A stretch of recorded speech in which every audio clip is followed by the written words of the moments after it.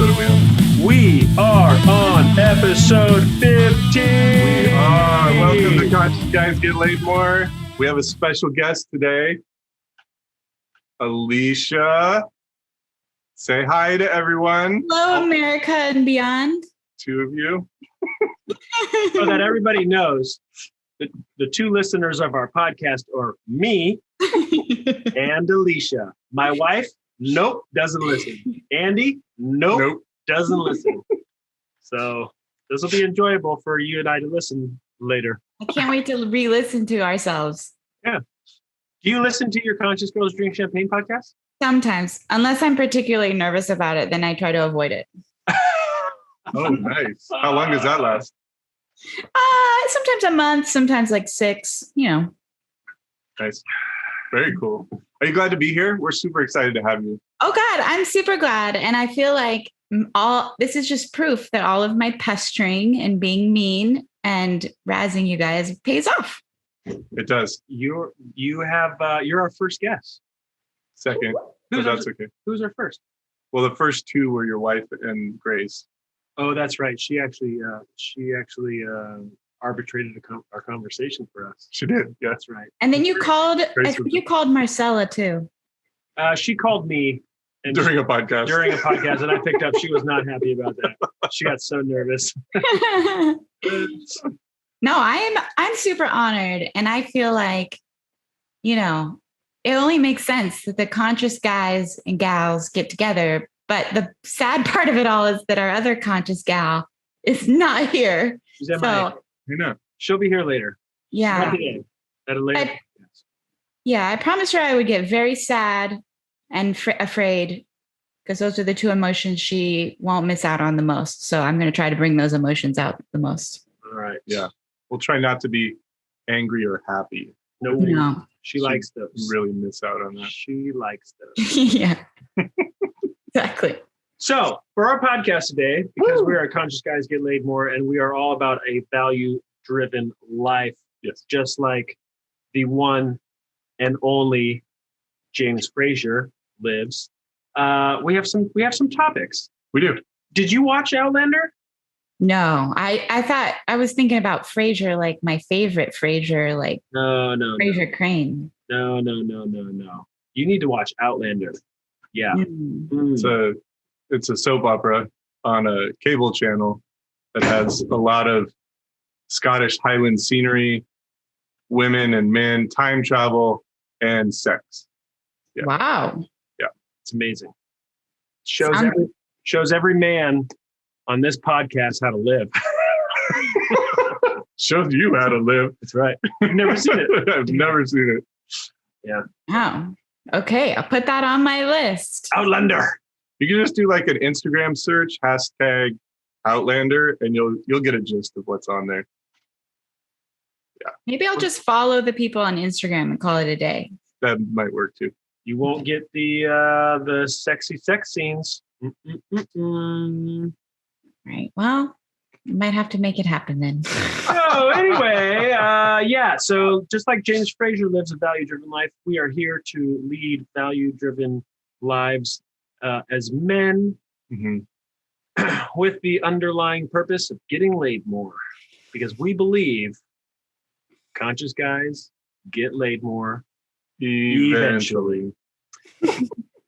So thank you, Alycia, for listening to every single one of our episodes and with Conscious Guys Get Laid More. I think you had a couple of things that you wanted to say to me in regards to some of our past experiences together. What are those things? Yeah, I mean, so I feel like every episode I think of something, but the last one was really funny because you guys were talking about whether or not you like to do dishes and how you like to live your lives and clean versus dirty and whatever. And then Lyndon said that he really enjoys doing dishes even whilst people are still at his house because it makes him feel better or whatever. And I just reflected back to like in college days where like he would like do dishes at my house if we had like a party and I'd wake up and the house would be amazingly clean. I'm like, this is the best ever. It would be clean. And you would not have any more carrots because I would typically eat all of your carrots. Oh my God. I know. I do think there was a Thanksgiving one year. Do you remember this? Where like, I think you and I were the only ones left in town because everyone went home because we were the only ones who actually had jobs. Yeah. And so like, I'm pretty sure I made a turkey just for us too. Yeah. That was good. That was fun. That was a lot of fun. That's awesome. Alycia and I go back to college. We've been friends for how many years? Well, at first I didn't like you, so we can't count that. So like maybe like junior year. Not so conscious back then, huh? No, I just kind of, I don't know. Sometimes I just say things that are on my mind and some people take offense to them until they get to know me and they're like, oh, he's just truthful. And I like the fact that he's always truthful. Yeah. You definitely, And sometimes I can be like a hard judge of character where I'm like, I just quick to like cut people like, no. She doesn't remember this. I don't think Alycia remembers this. And Cassie denies it. But Cassie and Alycia were not friends when they first met. They were frenemies. Yeah, I remember that. Yeah. What? How do you remember that? Yeah. I remember hearing conversations about it. Yeah. You guys weren't. I'm so glad that changed because look at what's come out of it. Yeah. No, I'm like, not, I mean, I don't remember that specifically. I'm sure it's true, but I don't necessarily let people in quickly, which is good and bad. So, Yeah, well. So I don't remember that about our relationship. I thought we were pretty fast friends, but maybe I'm mistaken. No, I think we were, but I think you had like the safety context of like PL in the middle. I see. Yeah, you were kind of a business associate first, and then, oh, he's a cool guy. Yeah, maybe that's what it was. Although I don't know. Some of my coworkers that I have now, it take a while. I'm like 6 months, 12 months. I'm like, okay, maybe I'll go to happy hour with you. Maybe. Maybe these fuckers, Jesus. Yeah. Cool. Well, I'm glad you're here. Thank you. You know what I realized that they do on every one of their podcasts is they go through a protocol before they start their podcast. Mm-hmm. One of which their protocol is to pop a bottle of champagne. We should create a protocol for the conscious guys. I love a protocol. So whiskey, yeah. Pop a bottle of whiskey before every episode. Yeah. That could get expensive, but yeah. It's expensive. Champagne isn't expensive? What do you buy for your champagne? No, I mean, we don't always do the protocol. Oh. Whoa. I know, but don't tell anyone. No, but we did have, at one point we made it like when we first started the podcast and it says like eat nuts, like literal nuts, because we had a whole episode about how nuts are like currency and like whatever. And then the other one was like get gifts, because one time you guys gave us a gift and we were like, oh, we need to do this every podcast. Well, there you go, folks. Cute. All right. We'll have to come up with what that is. Okay. A protocol for us, because I really enjoyed it when I was on their Conscious Girls podcast last week or 2 weeks ago. Oh, it was very enjoyable. All right, we got a couple of topics that we've decided to discuss today. One of which is sex, and one of which is feminism.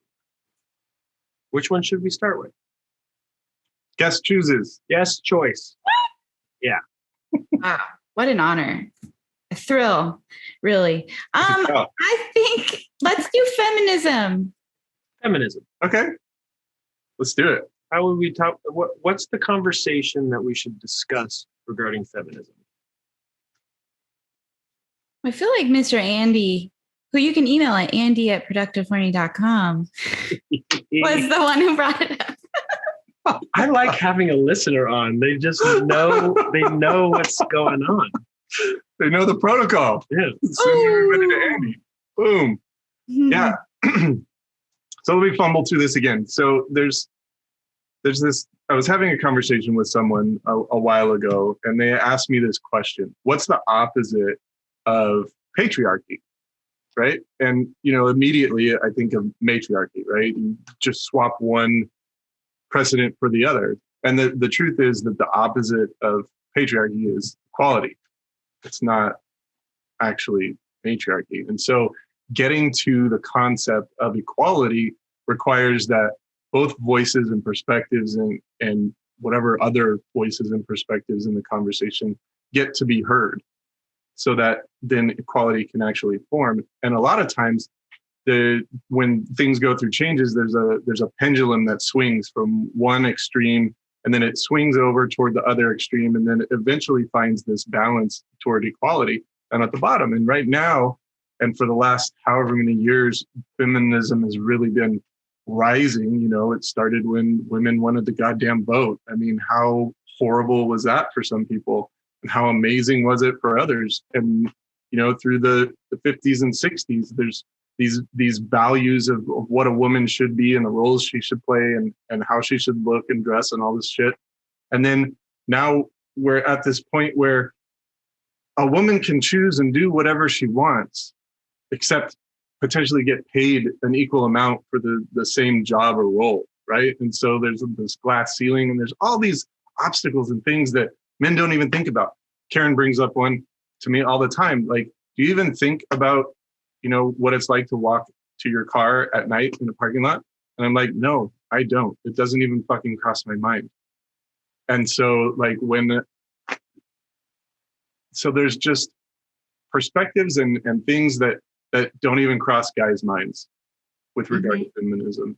And there's this threat that sometimes happens to this persona that at least I've had of what a woman is and how she what I would recognize as a woman, right? And as a feminist and as another human being of the softer gender. And then when feminism comes in and says you can do anything you want, that ideal is threatened now because that's taken away. But that's not actually true. It's still one of the choices, but people don't always relate to it that way. Does that make any sense? Yeah. Yeah. And like my take on that is interesting too, because my journey, like I think both of you probably know that like historically, Alycia tends to avoid polarizing conversations because the idea of putting out my like political opinion or what have you is like, truth be told, like horrifying to me. And usually I just make jokes and avoid the topic completely. And like one time I was in a workshop and I think we were given the topic of gun control to just like have the conversation. And I remember being like so uncomfortable and like watched myself just like make jokes and try to hope to God that no one asked me for my opinion. But over the last several years, however, I don't really know why this has taken place, but I feel like for me, I've gotten more and more passionate about like my role as a woman and feminism and what it means and how it plays out in my life. And so it's kind of interesting to see like what you're talking about in terms of like, there's things you guys don't think of just because it's not in your purview. And then there's people like me who are like afraid of saying certain things because I'm like, I don't want to have the fact that like I'm speaking up about this alienate our male counterparts to the point where it's like counterproductive. So then I just take like the silent road. But I remember at my previous like 2 jobs ago or however many jobs ago, there was this conference and an offshoot of it, like, I don't know, like a reception or something was like women in private equity. And I was like, oh, I'm super excited to go to this. I want to see what it's about, blah, blah. But like men could go too. And like the guys who were in the room, granted it was like, 1% or whatever. I was like, that's actually kind of really cool that like they're showing their support and like want to be there and hear about our issues in the industry. But at the same time, like kind of, I think this is a really long-winded way of saying that like part of my fear of like calling out that we're separate is only furthering the idea that we're separate, as opposed to like some women I've talked to have talked about like, no, we shouldn't create separate women's initiatives and women's groups because that only furthers the belief that like we're so different and we're so separate.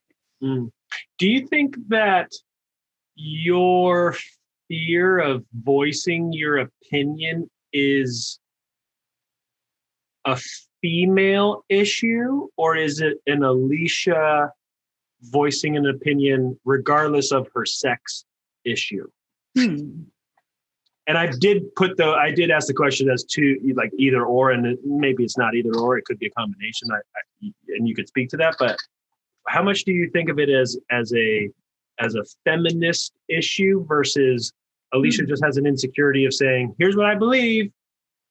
That's an interesting question. I would imagine there's a lot of women who feel like I do. But it's an Alycia issue as well. But I do think, the more you speak up, or at least for me, and I'm kind of, because you're saying maybe it's a female issue, the idea that the more we speak up, it like draws attention to ourselves. Like, so for example, in the company I'm at right now, I started a women's group 6 months ago. And for all these like positive, empowering, like inspiring, motivation, like reasons. But there's this fear alongside of it that's like, well, what if like the conversation as a male and the leadership of our firm is like, wow, like these women are after our jobs. They want to get promotions. They want to get paid more, whatever. Like they want more seats at the table in terms of senior leadership. And that might not necessarily like, it's not necessarily what they might feel, but like it could be a little bit threatening if they think of it as like this group that's trying to, whatever. Yeah. And would you, so on that note, would you agree that threat is actually a healthy amount of stress? Let me, I asked it as a question and I'll give you my opinion and then as instead of like leading the witness. If you created a women's empowerment group within your firm and most of the stakeholders or the executives are males and they feel threatened that, oh my gosh, my chair in the leadership may be overcome by one of these women or multiple of these women. To me, from the outside, I'm thinking, fan-fucking-tastic. That means that people are trying to vie to make it better. And if it's because it's a woman, okay, well, you've made it now a sex issue. If it's because it's just what's best for the organization and now they're going to bring in different dynamics that I have, well, either whatever it is, the organization benefits from it, right? It's like push. Sure. It's the healthy challenge. Totally. And so that's part of what my mission has become, where like, I went about it very methodical and intentional. And I surveyed the women of the group. I asked what people wanted to talk about. And then I just recently did a survey about like the benefits, like what they've gotten out of the group so that I can share with the leadership team, like, here's what the benefit is for our employees, basically. So it's good for the company. Yeah. Okay. So let me go back to the first question about, is it Alycia? Because I also agree with your statement of, well, I know a lot of women that also have that issue. I'll speak for myself. That was an issue for and still is in certain areas, to speak what I want or say, here's where we're going. So when I heard you say like, this is a feminine issue, I was thinking, well, I don't know if that's the case because I have that. And I would say that you probably have some version of a fear of saying, hey, this is what I want and how I want to do it, and not doing it you and I are very alike in some of these ways. Sometimes in order to wamp up the courage to do that, we become these aggressive assholes. Sure.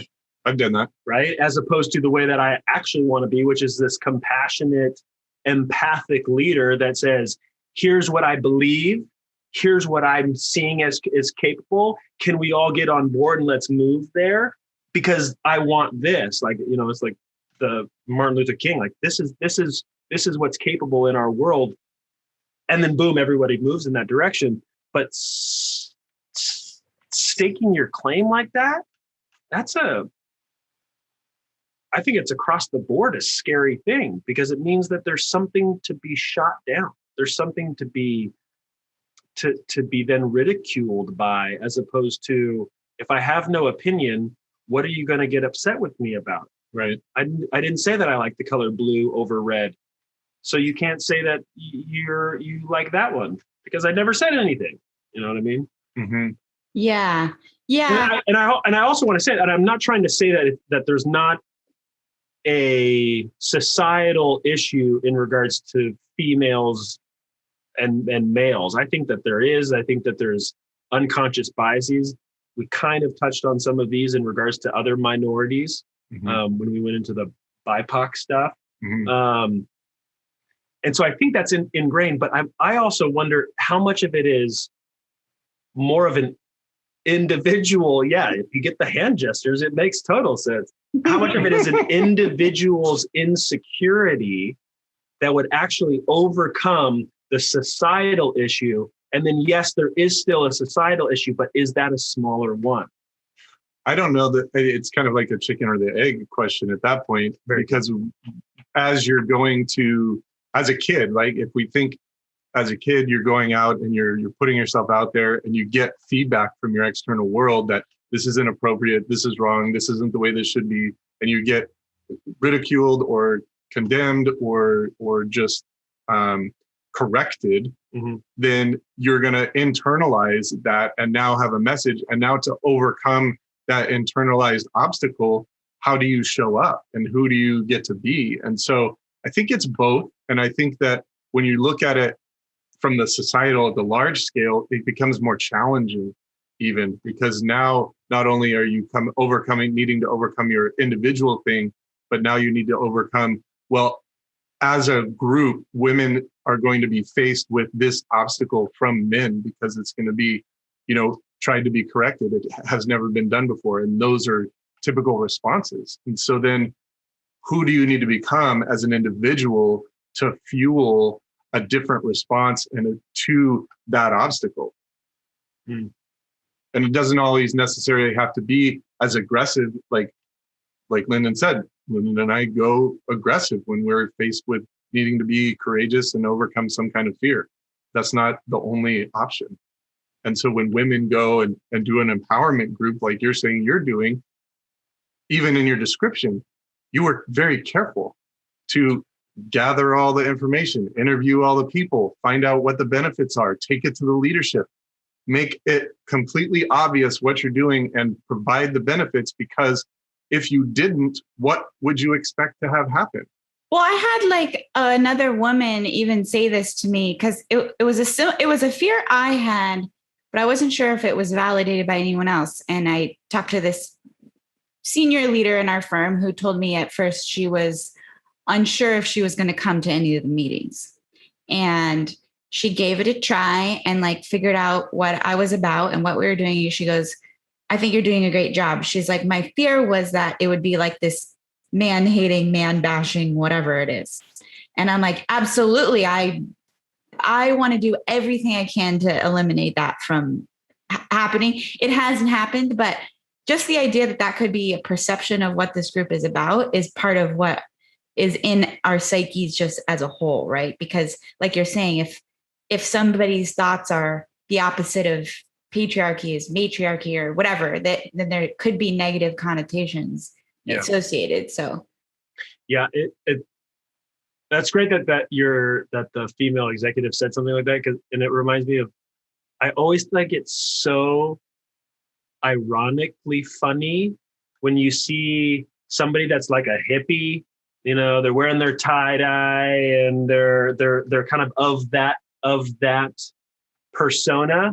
And then they talk about hating the government or hating this. You're like, you've missed the idea of what being a hippie is, which is, I just love everything. I can find love for anything and everything. And instead it's become, I love this and that. And in order to love this, I have to hate something else. That to me is so, it's a bastardization of the point, right?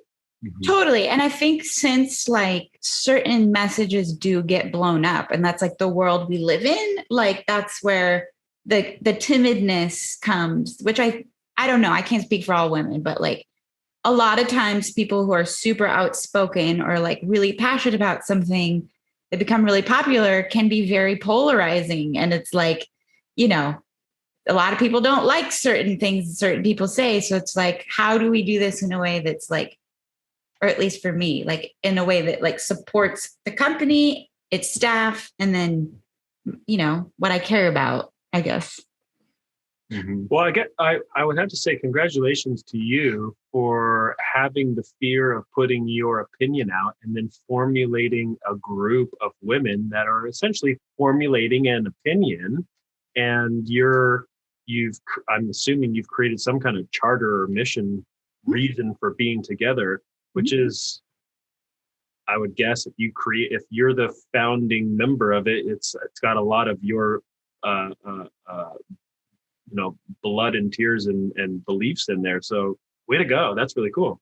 Oh, thanks. No, it is really cool because I feel like I was hired to do one thing and like that's my job, right? Like I have to do that and do it well. But then there's these other parts of me that seek fulfillment and like that I feel passionate about that I'm fueled by anger. So at one point I was like angry that we didn't have something like this already in existence. And about a month or two goes by and I'm like still angry and nothing has happened. I'm like, or Alycia, you can do something about it. Nice. So what are you thinking, or how are you thinking? Because you said right before the podcast about incorporating men into it. Well, so like I had multiple like of our senior partners be like, I would casually mention like all worth women or whatever. And they'd be like, wait, what? Like apparently I've not done a great job at communicating to everyone what it is and what we're about. So I thought, part of being a feminist in my mind is being inclusive and the idea of inclusivity. So I wanted to create like a space or a venue or an opportunity for the men who also believe in the mission and the vision or are curious or want to learn more or what have you, to invite them into it so we can, because I believe we're stronger together as opposed to like, you're over there and we're over here and like, cool. So that's where I was talking about like, maybe you guys could help me think through that, because so far all I've really gotten to, I've asked like some men on the team where it's like, they're like, well, I don't know if I think I would want to join and just be an observer, but not necessarily like be put on the spot or want to have an opinion necessarily, because they're of the mindset too. Like they're probably scared to speak up as well. So it was good feedback, but I don't know. That's where I'm at. And right now it's all virtual. So it's even more like pressure to be like on screen. It's not just like a cocktail reception or something. I think you're right in going, or what their request is. I would be nervous in an all-female group if it was a women's empowerment group as to what is the purpose of me being there. Am I now the target of something? Like, am I the embodiment of all males? And so any upset you have, it's going to be, can you, Lyndon, account for why XYZ happened in my life or why XYZ isn't happening in society? And it's like, whoa, I wouldn't be into coming there. So I could see that on me and walking in. So to be sold into it, it would be based on what I liked what you said earlier about part of our value is the inclusivity. And so what we're trying to do is being able to understand one another better. That'd be great. That's such an incredible response to me, because it goes like directly to the fear of feminism means that it's going to take something away from me or put me in a position that I don't like automatically. Like the first thing that came to my mind, I mean, granted, I grew up differently than you. Feminism was huge in my house. And so like becoming, what does a male feminist look like? Looks like, I think I'm a male feminist. I think that giving women the choice and the opportunities that are available to everybody else is amazing. How to be an advocate, I'm still learning how to do that, because like part of me goes to like kind of the opposite of what Linda's going to, is like, oh, I need to give something to these women because they don't have what it is they need. That's bullshit too. Like, I know that's bullshit as soon as it comes out of my mouth, but I feel it, right? Mm-hmm. So how do I participate? And then asking for some education. But the part that gets me is I'm learning I'm learning to be an advocate for other things and marginalized peoples, is that it's not the responsibility of the marginalized person to train and teach the majority. It's just not. So who do I need to be to now advocate for the equality and the alignment in my values with the alignment in yours? So I think it ends at the same point that Lyndon ended. What are the values that you're putting forth, and how do I learn more about that? And that would be the invitation, rather than invitation to membership necessarily right away. Mm-hmm. Hey, we want you to be aware of what's going on. This is what's going on. This is why we're doing it. Yeah.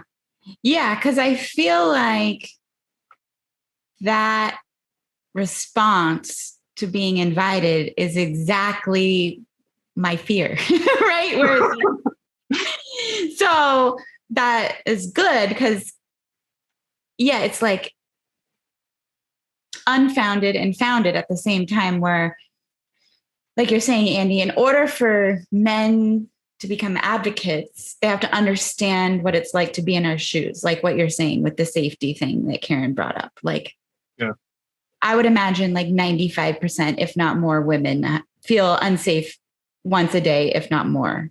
And that's just part of our DNA because we're smaller in general. But if we never told you that, you would not know.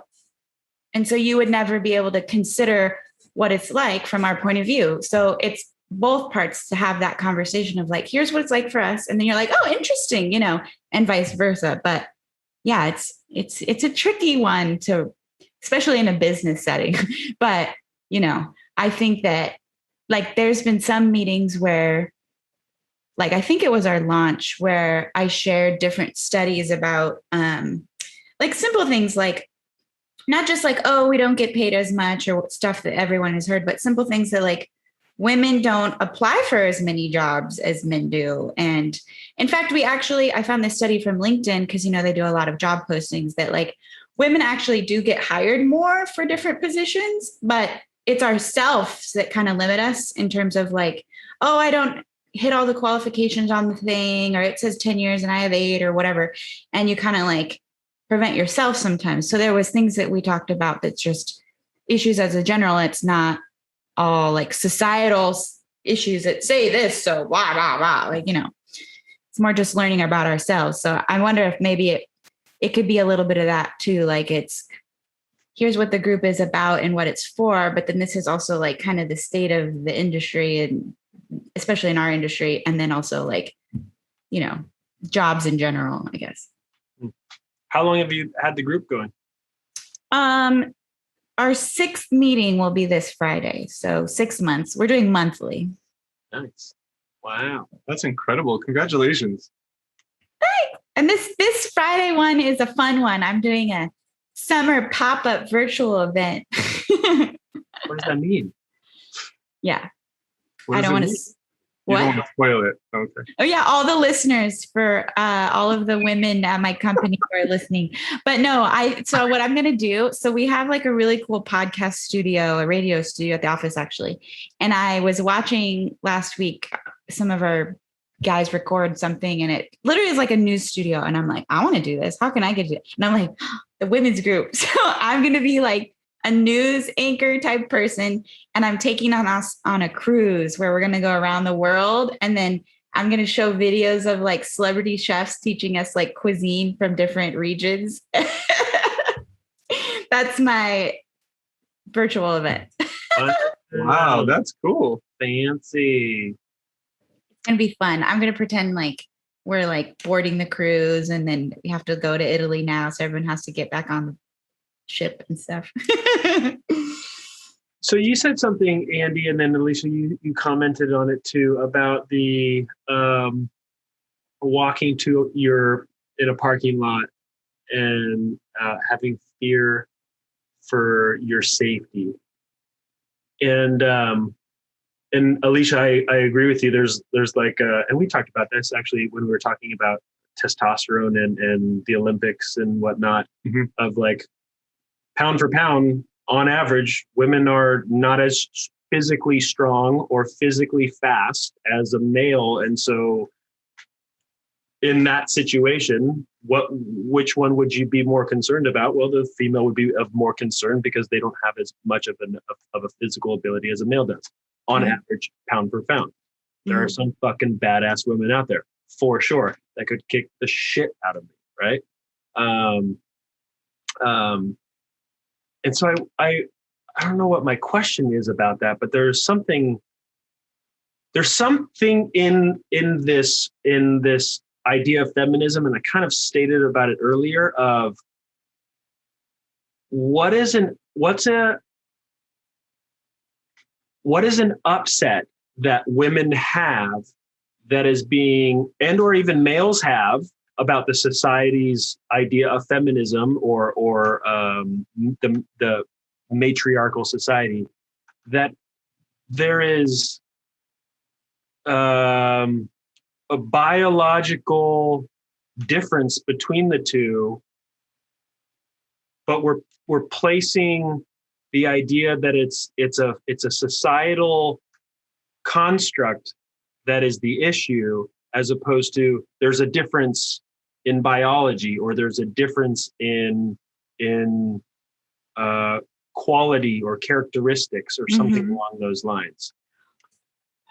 I think I know what you're saying. Yeah. I think it just has to do with like having been exploited for the fact, as opposed to just like the fact is the fact. You know what I mean? Tell me what you like mean. If I don't have all the stats and I'm not an expert on this, but I would imagine that like women are more targeted for certain types of things, being the smaller gender, right? Sure. So when you take something like that, where you like historically are like, okay, like you hear about like rape as a kid and this like sexual assault and things like that, where you're like, okay, this is something that's a threat to me. So it's just something that's like part of how you think about your day, or, you know, grocery shopping or going on a date or whatever, like these things that are just part of our decision-making process. Not necessarily that it's like we want, I don't know, I get what you're saying, where it's like, why would we say that's a bad thing? Like what you're saying. So let me see. My question, or my pondering that I'm hoping that we keep talking about, is formulating as you're talking about it. And I would say, you know, as Grace grows up, yes, I definitely want to educate on what she's capable of and what she's not capable of, and where, and for her to learn what those abilities are. And let's just talk about physical safety. Like, yeah, in a dark alleyway, you don't think you're always going to be safe, period. Right? Especially when you're alone, that would be a bad idea. Right? I think a guy could, I would tell that to, if Bodhi were around, I could tell that to Bodhi as well. I probably, just speaking off the cuff here, off the top of my head, I probably would have less of a concern for my son as opposed to my daughter, because I have this idea that if they're on average, then Bodhi will be able to physically handle himself more than Grace would be able to handle himself. Mm-hmm. And to me, that seems like a really smart thing to speak to. Mm-hmm. Not to like try to limit her physical abilities, but to have them both understand, well, what are their physical abilities, and how does that then relate to their physical safety in certain situations? So how do you incorporate that with the feminism, this feminist movement, and if we just stick with the physical safety, how do we incorporate those two together? Well, I don't know. I think there's a lot of things swirling in my brain, but like the idea of like, I think Andy referenced this in a couple episodes, where it's like, we're learning that there's more of like a spectrum as opposed to just like male and female, and that's it. You know, there's all these different permutations of like mixtures that people identify as, and we're learning more about what that is for everybody, and everyone determines that for themselves.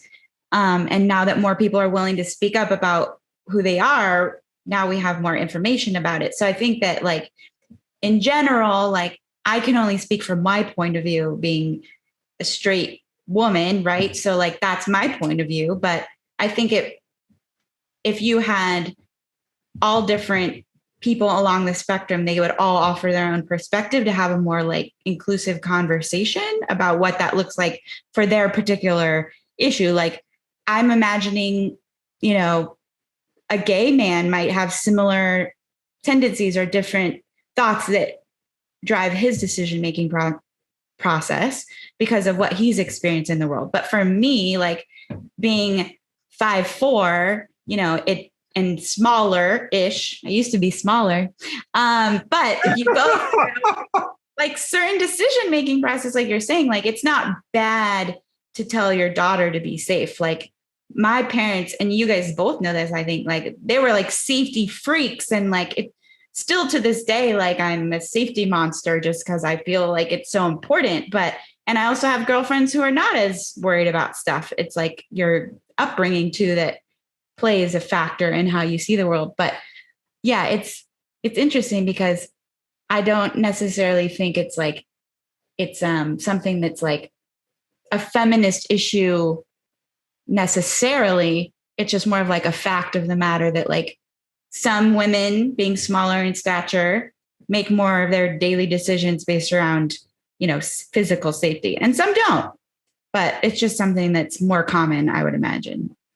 I think another approach to looking at it would be maybe looking at either a different context, but it's about the choice and the consequence, I think, to allow the person that you're teaching or wanting to inform about how to approach their own safety is to give them a clear understanding of what that looks like, what the consequences could be, and then what their choices would be to then enter a situation where it would be less safe. Like you're talking about going down an alley. Yeah, these are the consequences. This is some of the things that can happen. So who do you want to be and how do you want to live your life to either be able to make that choice to walk down that alley or not? And there's a whole bunch of things you can do. There's physical safety classes. There's working out. Where I think it becomes a feminist issue is when someone else tries to control the choice and take that away. Like, no, you can't go down an alley because it's unsafe and you don't know any better because you're a stupid woman. No, that's not it. It's, look, I have a concern for you. You're my daughter. These are the things that happen in the world. If you want to make a choice to live in that kind of risk, I'd like you to be prepared. And these are some of the options, and invite them into a choice. Mm-hmm. I like that. Yeah. Yeah, because there's certain things that are just a reality of the world that, like, if your group, let's say, was exploited for something, you'd probably be more hesitant to do that thing, you know? Yeah. But knowing that it exists helps, because then you could make the decision for yourself. Like, a girlfriend of mine doesn't even lock her door. She's like, it's just not something I was raised in. It doesn't bug me. Okay. Yeah. I mean, you all know Cassie. I'm the door locker in the house. She went down to Costa Rica last 2 weeks ago or whatever it was, by herself. Well, not by herself, but with Grace. International travel to a third world country. Like, she has no hesitation about it. I know her mom was also quite a badass from the stories that I've heard about her. She was one tough chick. So yeah, I guess there's a story that I have in my mind, which may be a fabricated story that's more of like a, hey, society thinks this, but then when you talk with any individual, this isn't actually what goes on in their mind of like the feminist movement of, or the idea that a feminist would say, well, you don't have to deal with walking down dark alleys and being scared for your life. Like, no, I fucking walked around dark alleys, and I'm walking around parking structures at night or any place. I always have a bit of I'm just going to watch myself here. Yeah. I'm not going to be foolish. I think I could handle it by way of just getting the fuck out and running. But there's this like, I don't know. And again, this could be just a saying that's not even felt on any individual level, besides maybe some people that are extremely upset and accusatory of, they're angry that they have to deal with this injustice that is being put upon them. And I have this thought of, that's a victim mentality there. That's a woe is me, you're wrong for making me feel some way, as opposed to exactly what you said. And what you said, Alycia. I'm 5'4" and I'm small. So I should not go to battle with anybody in a dark alley because I'm 5'4" and I'm small. Like, that's just, if we don't know what you're going up against, that wouldn't be a good idea, right? Yeah. Even me at 5'11" and I'm small, lean. I wouldn't want to go up against anybody. But that's a Alicia's personal empowerment move, or Lyndon's personal empowerment move. That's not a society has forced upon me that I'm a woman and I'm weak and I'm feeble and I'm stupid and therefore I shouldn't go down that. No, it's like hey, here's a smart thing. Don't go down dark alleys. Yeah. But I think that, and I know you're just using this as an example, but like the dark alley thing, like, I think the point that like is probably missed is that it's not just that. It's like anywhere, mostly. Like most times we have this like certain amount of stress, or at least myself, that like is acutely aware of like those differences that like drive my decision. Like I might go to a different grocery store past 8 p.m. because it's like, well, that one's a little bit sketchier or whatever. And like some people probably will, like men probably would do the same thing, but it's a lot more ingrained in our decision making than just like dark alley, no dark alley. You know what I mean? Like even little decisions, like, should I take the trash out right now? Like it's kind of late. Like, I mean, your neighborhood's pretty safe, but like, I'll just wait till it's daylight, you know, little stuff like that. Yeah, very good. Karen does the same thing.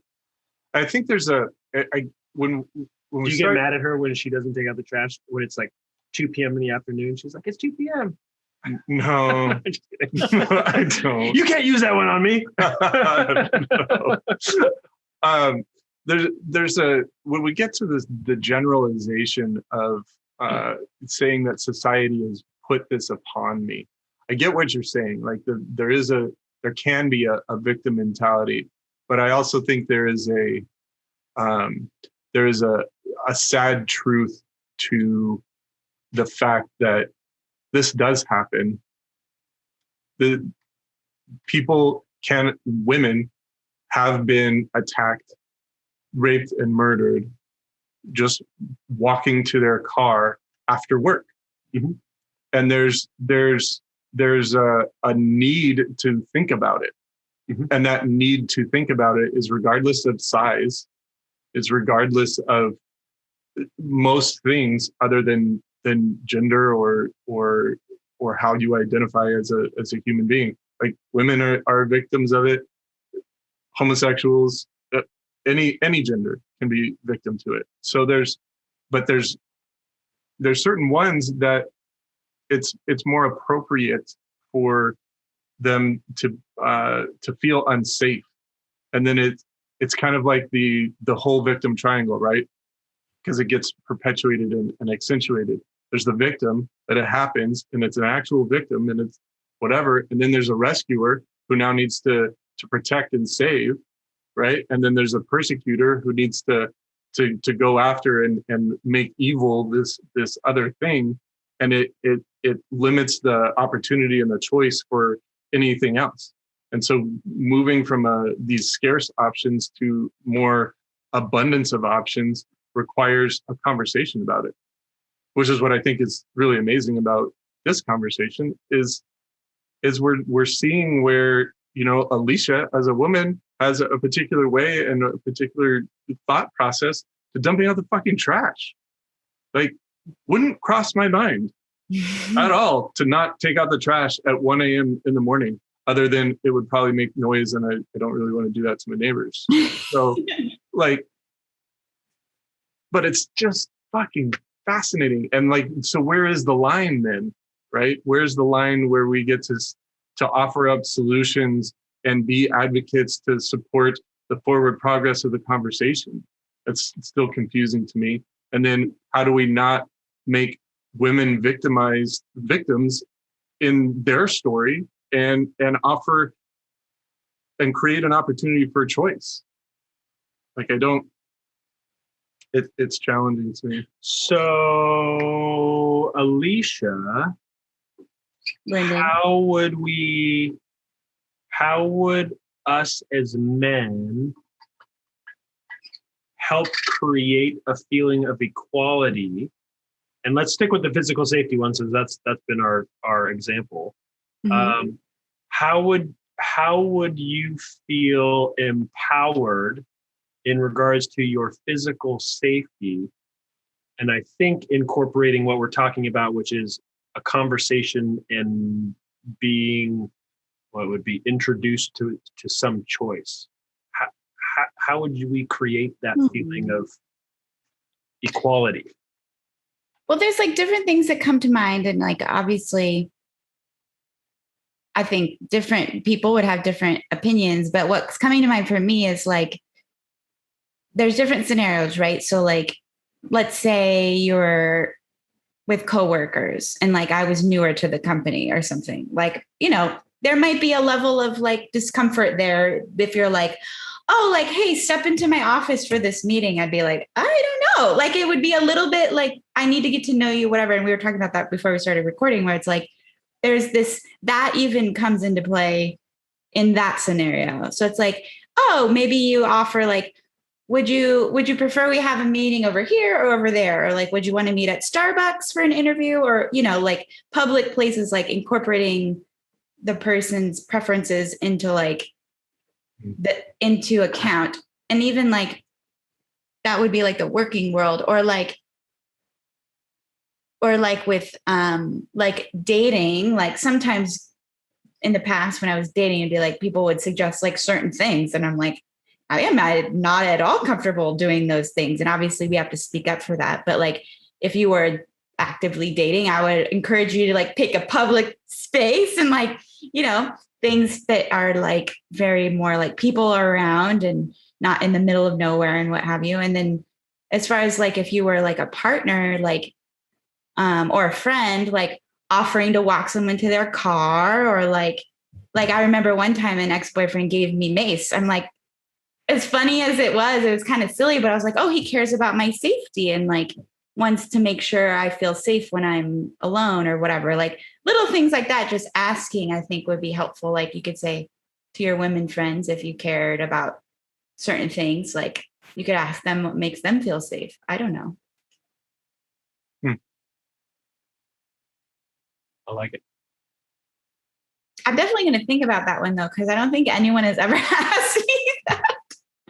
Yeah, well, because this conversation, and I'm trying to think of where I'm having my own prejudices, or and much of which are unconscious to me, of how I'm treating. Let's just say I'm treating Cassie,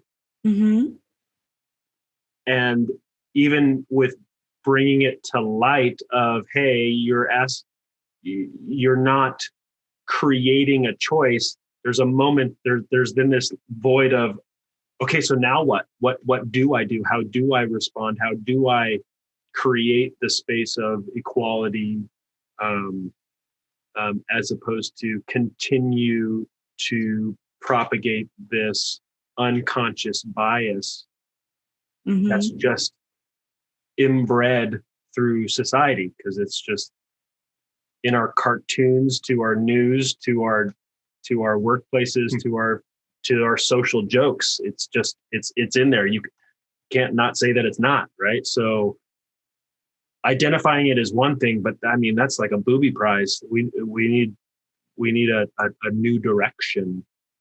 Yeah. I think it can be just as challenging, like when you're getting to know someone, like you brought up the dating thing, as when you go to have sex, like figuring out what each other likes and how to investigate each other's body and asking those questions. A lot of that is taboo, especially when you first get started as a kid, right?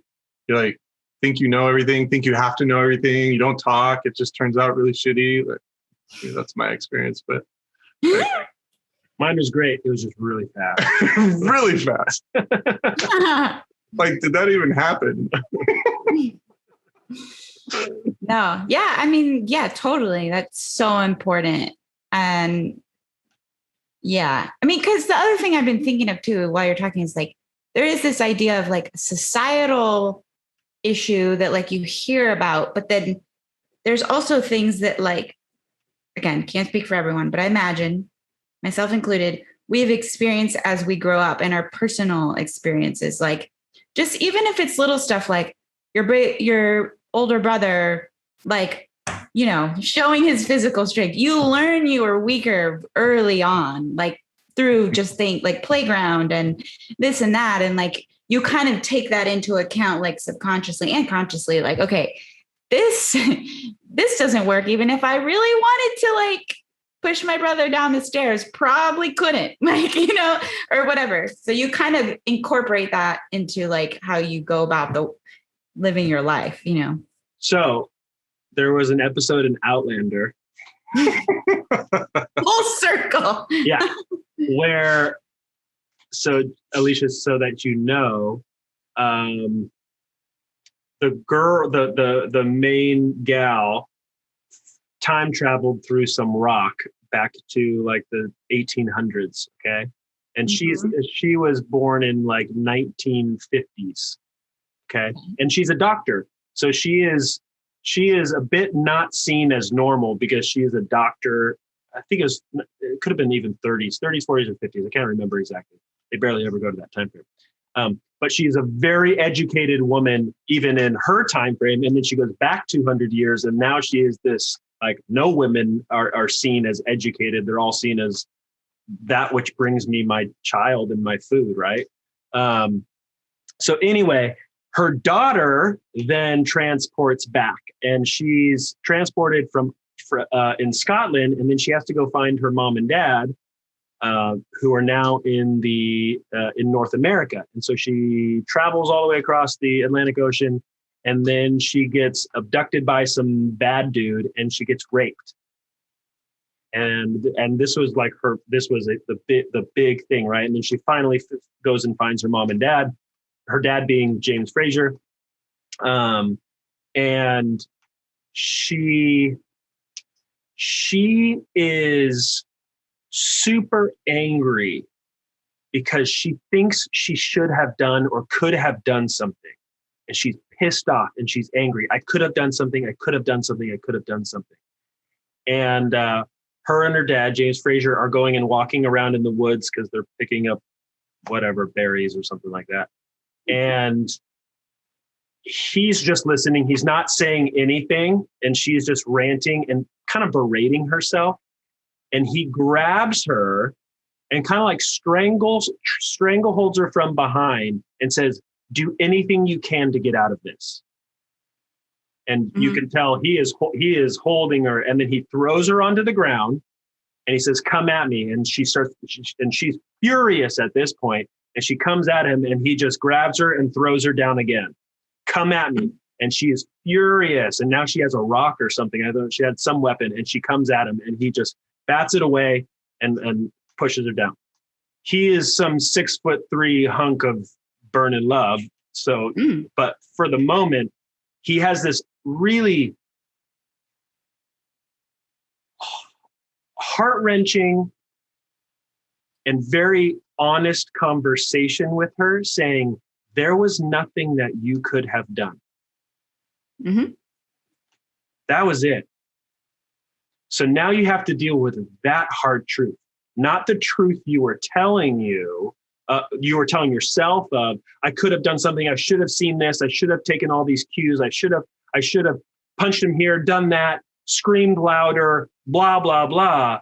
Mm-hmm. That's not the truth to deal with. The truth is you actually don't have an ability that could have gotten you out of that situation. Because in this circumstance, that was a bad guy. He's like in the entire season. He's the bad guy throughout the entire season, blah, blah, blah. If she'd read the script, maybe things would have been different. So why I say that story is there's the there's a hard truth that there was nothing she could have done in that situation. That situation. And so, but I love the idea of owning that while creating as much as, let's say for me and for you, let's say men in general, but let's just say you and I, and trying to create the space for choice. Yeah, I think the choice part is the optimal thing. Like Andy was saying, like, here's how the world works. There's a certain truth to that. There's some sick weirdos out there, blah, blah. And here's your options. But now this is a perfect opportunity that I get to bring up The Bachelor. So thank you for that. So The Bachelorette, So The Bachelorette, there's been 2 episodes this last season where Katie has talked about sexual abuse happening to her. And I don't think a Bachelorette has ever really talked about that. And she shares her personal experience. And what she said was exactly what you're talking about, Lyndon, where it was like, for a certain period of time, she blamed herself. And on top of everything else, the trauma that's happening to her is also feeling guilt for like feeling like it was her fault. Right. And so that she shares her journey into like sex positivity, which is almost full circle for where we were planning on going, where she started on The Bachelor as a contestant. And the things she brought with her, like in her entrance, because that's usually like, you know, you're first meeting someone, some of them do something crazy things. She brought like a vibrator with her. And like her whole joke was that like this goes everywhere with me, kind of blah, blah. And her whole message that whole season was sex positivity and like women should be allowed to whatever, express themselves however they want and blah, blah. And then it comes out that her reasoning for why she is the way she is now was because of this experience where she went through this trauma and she had to like regain and relearn what sexuality and expression meant to her in a way that felt honest to her, as opposed to this like traumatic, guilt-ridden event that like she felt like she should have avoided and should have known and all this stuff in the process. Yeah. Wow. I know. She's a badass. Bachelorette is deep. That's incredible. I know. On ABC, no less. That's really cool. It's about fucking time. I know. You know, and that it brings up another point about the choice part, right? Because in the moment, you may not have control. You may not have any way to stop what's happening. And so no matter what your choices were up to then, what happens, happens. And from there, you have choices on how you handle it. And it sounds like she had to relearn and reevaluate and rediscover what all of that was going to mean for her. Mm-hmm. And you don't know that in the moment. But there's a choice to take or make to continue moving forward. That's fucking phenomenal. I know. It's wild. Yeah. This is deep shit, man. Yeah. Alycia, you're amazing. You're amazing. Like it. I never thought The Bachelorette would ever add value to my life. And I'm thankful that you're able to prove that wrong. Yeah, I mean, I watched that show with such a like psychoanalytical lens that if you love people watching, it's like the perfect place for that. On top of everything else. Nice. But yeah, to your point, it's like it's having someone's vulnerability and someone's bravery to have that discussion that allows other people to like learn from it and like grow from it. You know, there was this other episode of The Bold Type, which is another show I love, and they tackle some heavy issues too. And there was a guy on there who like was a journalist and they all work at a magazine. And I guess I'm like forgetting part of the story, but it was basically like he went on this date with this girl. They ended up hooking up.